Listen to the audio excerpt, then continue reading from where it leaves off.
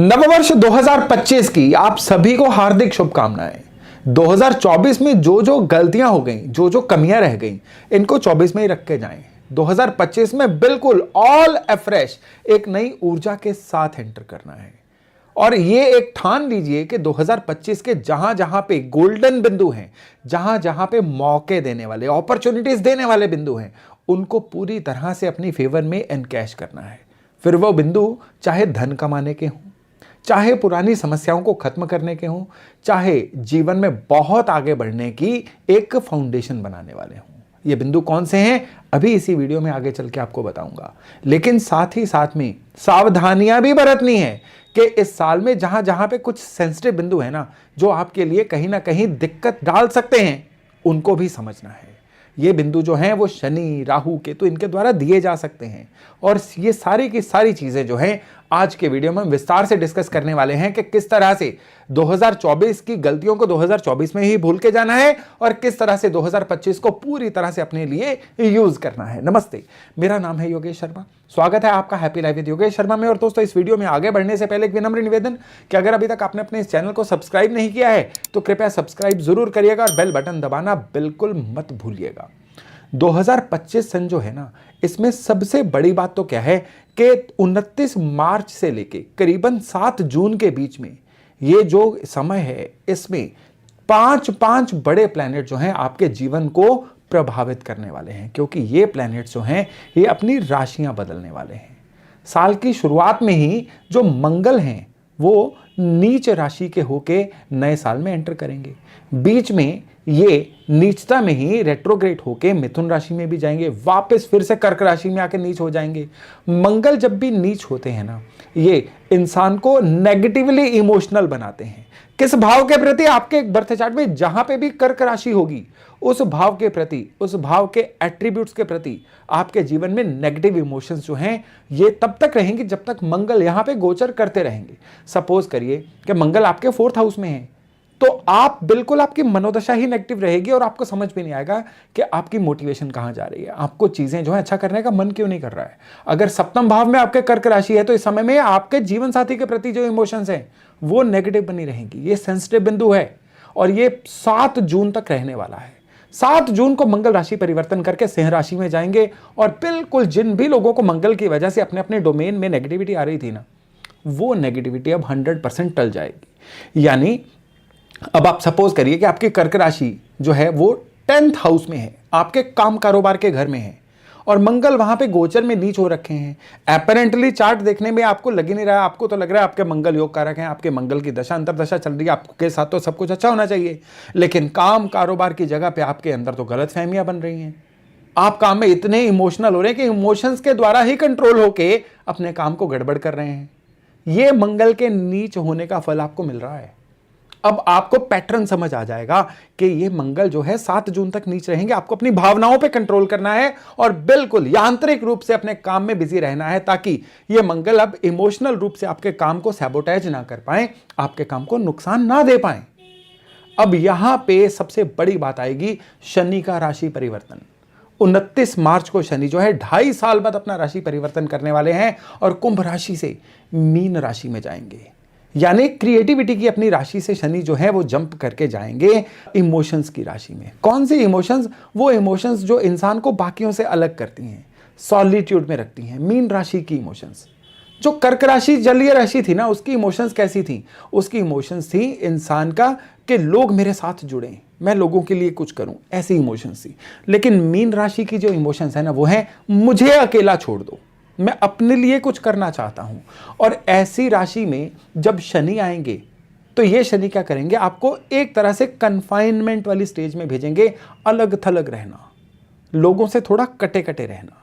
अब आपके birth chart में जहां पे भी मीन राशि है ना, आपको उस भाव के प्रति एक आइसोलेशन वाली फीलिंग आने जा रही है। सपोज करिए आपका कुंभ लग्न है और मीन राशि जो है आपके कुटुंब के घर में, परिवार के घर में है, तो अब आपको 29 मार्च के बाद कैसी फीलिंग आनी शुरू हो सकती है? 29 मार्च के बाद आपको यह फीलिंग आनी शुरू हो सकती है कि मुझे अपने परिवार से अलग होना है, या अपने परिवार से अलग होके उनसे दूर जाके कोई काम करना है, या फिर मेरा परिवार बेवजह मेरे कामों में दखल दे रहा है, मुझे अपने आप ही कोई फैसला लेना है। अगर ये मीन राशि जो है सपोज करिए 9th हाउस में किसी के आ रही है और वहां पे शनि का गोचर चलेगा, वो इंसान अपने पिता के आइडियाज को मानने से मना कर देगा और या कहेगा कि मुझे अपने एंसेस्ट्रल काम या पिता के काम से दूर जाना है। ये हर कुंडली के अनुसार ये चीजें डिफरेंट हो सकती हैं, लेकिन आपको यहां पे चीजें पहचाननी है कि 2025 जो है ये आपके लिए ग्रहों के द्वारा संकेत कौन से लेके आ रहा है। यहां पे आपको दो चीजों का ध्यान रखना है कि मीन राशि के शनि जो हैं उन लोगों के लिए बहुत अच्छे हैं जो एकदम फोकस्ड होके अपने कर्म में लिप्त होना चाहते हैं। लेकिन वो लोग जो पॉलिटिकली कुछ ना कुछ अच्छा करना चाहते हैं, वो लोग जो जनता के बीच में जाके कुछ ना कुछ बड़ा क्रिएटिव करना चाहते हैं, उनके लिए ये समय थोड़ा सा स्ट्रगल वाला रह सकता है। लेकिन ये समय गोल्डन उन लोगों के लिए रहेगा जो लोग बिल्कुल वन मैन आर्मी बनके अपने काम में छा जाना चाहते हैं। फिर ये मीन राशि का जो गोचर 29 मार्च के बाद रहेगा ना, ये आपके लिए 2025 के अगले 9 के 9 महीने जो है ना, ये जबरदस्त करने वाला है। फिर आप बिल्कुल आपकी मीन राशि बर्थ चार्ट में जहां पे होगी ना, वहां के भावों का, वहां के एट्रीब्यूट्स का सहारा लेके आप अपने काम में छा जाएंगे। सपोज करिए कि आपकी मीन राशि जो है 5th हाउस में है। 5th हाउस किस चीज का होता है? आपके ज्ञान अर्जित करने का, आपकी चीजों को मैनेज करने की कला, या फिर आपके लोगों को के अंदर दिखने की कला, अपने आप को मार्केट करने की कला। अब इस कला से आप अपने काम में छा जाएंगे।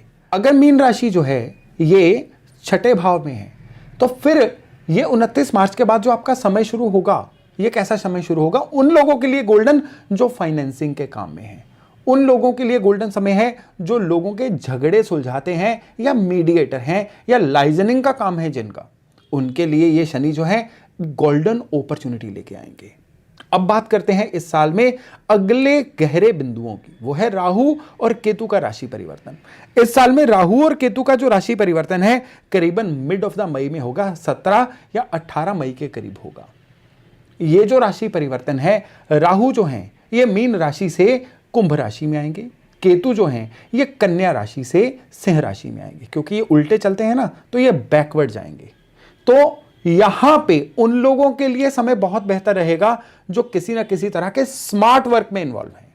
ये आपको भी पता है कि हर स्मार्ट वर्क की जो चाबी है ये हार्ड वर्क के थ्रू आती है। जब तक आपने पूरी बुक ना पढ़ रखी हो, उस बुक के हाईलाइट पॉइंट आप अंडरलाइन नहीं कर सकते। हाईलाइट अंडरलाइन करना स्मार्ट वर्क कहलाता है। आप किसी भी शहर की गलियों में शॉर्टकट तब तक नहीं ढूंढ सकते जब तक आपने हार्डवर्क करके वो पूरा शहर एक समय तक छान ना रखा हो। तो जो लोग हार्डवर्कर थे, अब उन लोगों के लिए ये जो राहु है स्मार्ट वर्क के द्वारा एक बहुत ही जबरदस्त सक्सेस का समय लेके आने वाले हैं। और जो लोग शुरू से ही शॉर्टकट्स में हैं, ये राहु उनको किसी इल्यूजन में रख के उनके कामों में नुकसान भी करवा सकते हैं।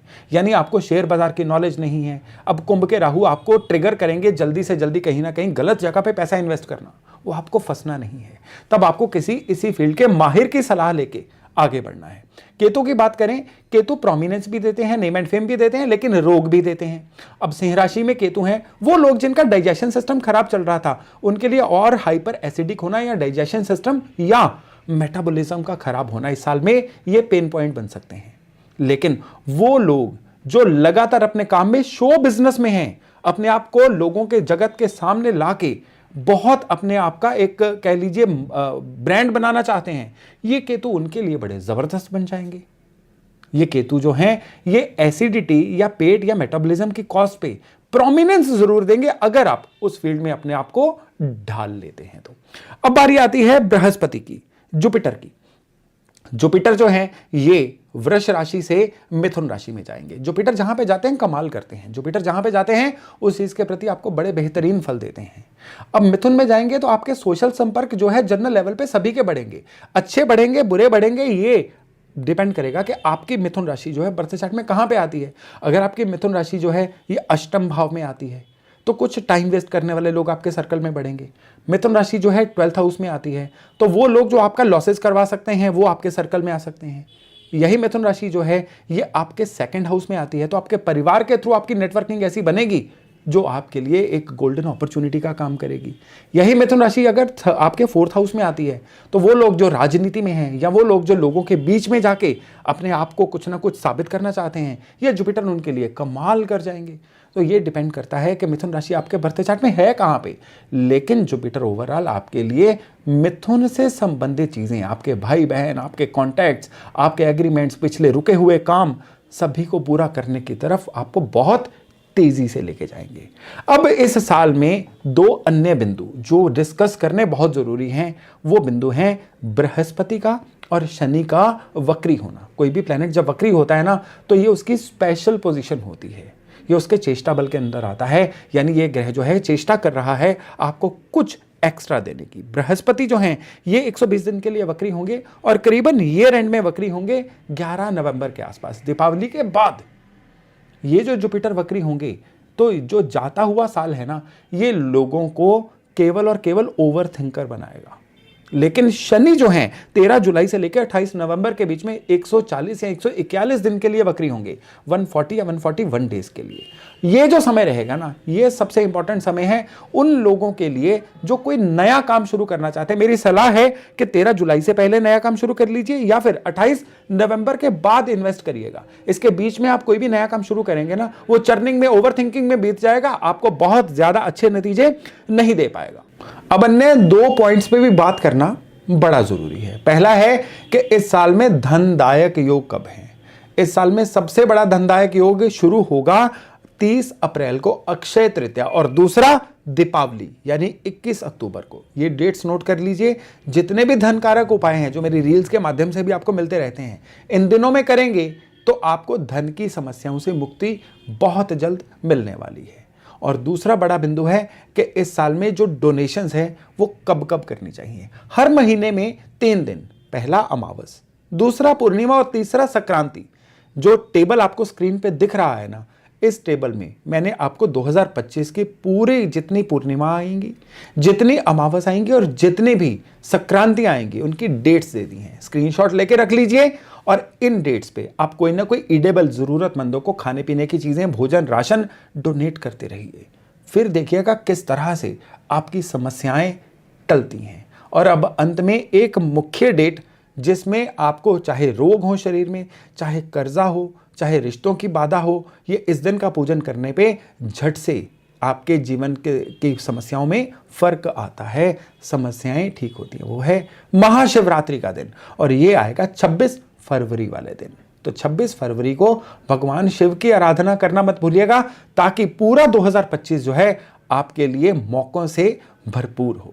तो दोस्तों 2025 को अच्छे से यूज कैसे करना है, किन तिथियों का ख्याल रखना है, किन तिथियों में सावधानी बरतनी है, ये सारी चर्चा मैंने इस वीडियो में की। मैं आशा करता हूं इससे लाभ लेके आप पूरे साल को बहुत ही बेहतरीन, बल्कि गोल्डन ईयर बना पाएंगे। तो चलिए एक बार फिर से 2025 की हार्दिक शुभकामनाएं। बहुत जल्द मिलते हैं नए टॉपिक, नए विषय के साथ। अपना खूब ध्यान रखिएगा। नमस्कार।